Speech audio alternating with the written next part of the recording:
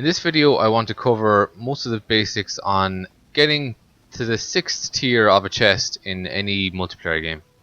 In this case I'm playing solo, but the goal to get the tier 6 loot chest is actually quite tough.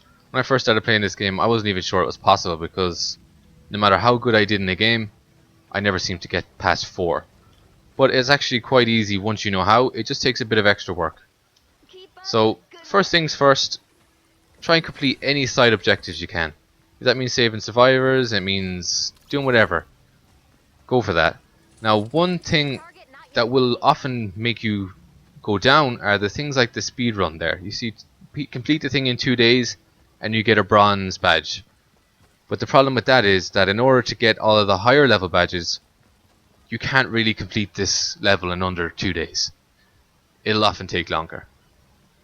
Another thing that seems prohibitive, even though it's a gold badge, is just say when you find the atlas, it gives you a build limit that will say defend this without building over 80 structure pieces. That's fine, but in order to get the platinum badge for building, you need to build far more than that, and there's no point in building something out in the middle of nowhere here just to get your score up, and then you end up failing the mission because you didn't build enough defenses around the atlas. So that's another thing that I feel you could just sacrifice. Forget about the 2 days and forget about the build limits. If sometimes when you're playing and you're the constructor and you go over the build limits, you'll probably get a bit of abuse from other guys in the team who just don't understand. The goal for every mission is to get each of the 3 different categories you can see on the right side of the screen up to platinum. So the combat one is a little tricky simply because there's not enough enemies sometimes, especially in the earlier on levels. There's just not enough enemies to get that up to even past gold. So forget about that one. The easiest one by far is the construction, and that I think is the middle one.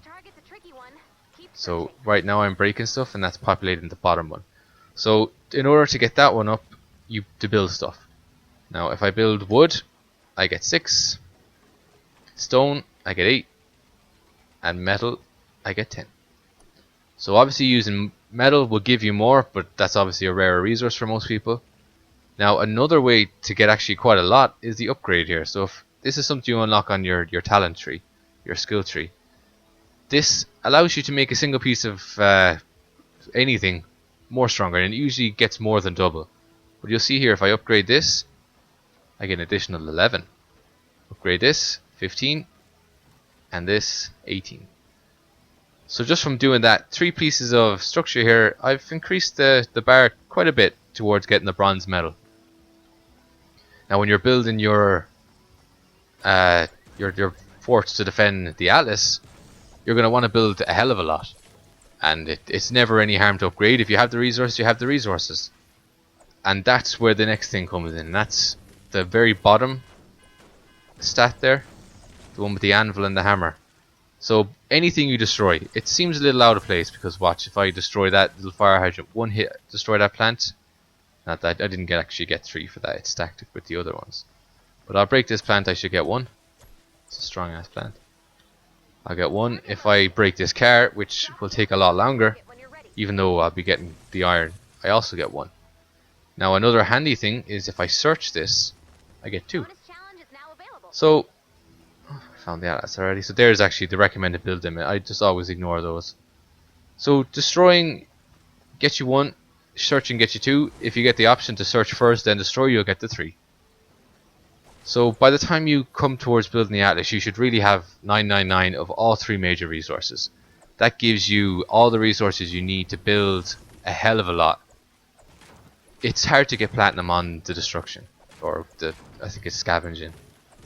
It's really hard to get platinum on that. It's not so hard to get gold, but it's very, very hard to get platinum on your own. Now you might get lucky and find other like-minded members on your team who are also willing to do a load of damaging, which works out perfect then. But like I said, never rely on anyone else to do anything in this game. One thing you can always get platinum on yourself is the building. So if you're doing easier levels, it might help to just pick a constructor class and give you that advantage. Now when building your atlas in this case, never reuse the walls and stuff here.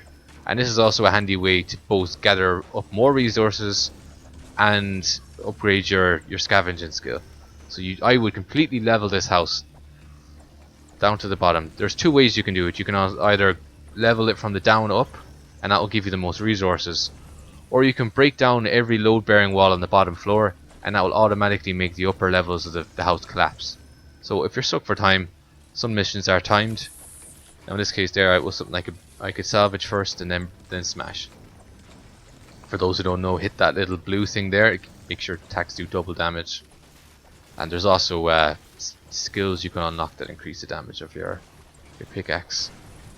But I always level as much as I can, just to give you the control to build the fort the way you want to do it. And I've created a separate video that goes over a lot of the things you need to know about building a successful fort to keep out the zombies. So I won't go into too much detail on that here. But the idea here is to level as much as you possibly can. That will maximize all your resources. If you have the floors, I tend to use wood just because it's the easiest resource to find. But of course you get more on your totals if you... There's already a floor here. You get more on your construction bonuses if you use the higher level materials. But even if you don't get the medal, you get points towards that particular stat. So when you complete the level, you'll see that you got a certain amount of points in combat, a certain amount of points in salvaging. Even if you don't get the medal, you still get points towards that, and that will get you XP. Because you see at the very end, when a level is completed, you'll get... There's 4 different sections. One for your mission objectives, which would be defend the Atlas, and then there'll be 3 others for the 3 stats we see on the screen. They all get added up. They get averaged between all the players. They all get added up then, and your very final score will be the average of all 4 players in the 4 different stats. Now, from most of what I've seen, getting around 30,000 points is usually guaranteed to get you the level 6 loot crate. And it does depend on the mission too. If you're doing on a particular mission that's timed, the requirements to getting the gold and platinum badges will be a lot lower. Now in a mission like this, where not timed, I don't have to bother looking at that atlas for hours if I don't want to. That gives me the time to gather all the resources I want, and more importantly, get all my stats up to gold or platinum. Now if you see a good way to get your combat up is to try and find the encampments. So like the little weird kind of house things, and you usually see 3 husks sitting around them. Now look, there's a example of my house being destroyed from the bottom up. It all just explodes. So now I've got a nice open area for me to build, and as you can see, my salvaging is almost halfway up. Now that's just me playing in this game. If I had 3 others who were also doing at least salvaging for supplies, that should probably even be getting towards gold by now. So keep your team members in mind, but just don't rely on it. So that's a good start. So what I would do here then is start focusing on building metal around the inner areas, and that should give me a lot more points. I'm already getting 30 towards that.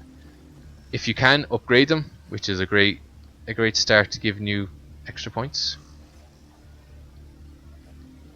Now I think I can end this mission early. It'll show you roughly, even though I haven't got any medals. So even though when you get to the chest screen at the end, these gold medals you get don't seem to get added, I think they get added to the mission score. I could be wrong though, but they do count. Even though they don't seem to get added, they count quite a lot.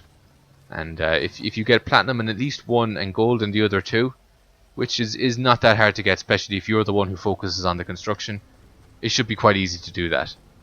And that will get you at least to level 5. Level 6 isn't much harder.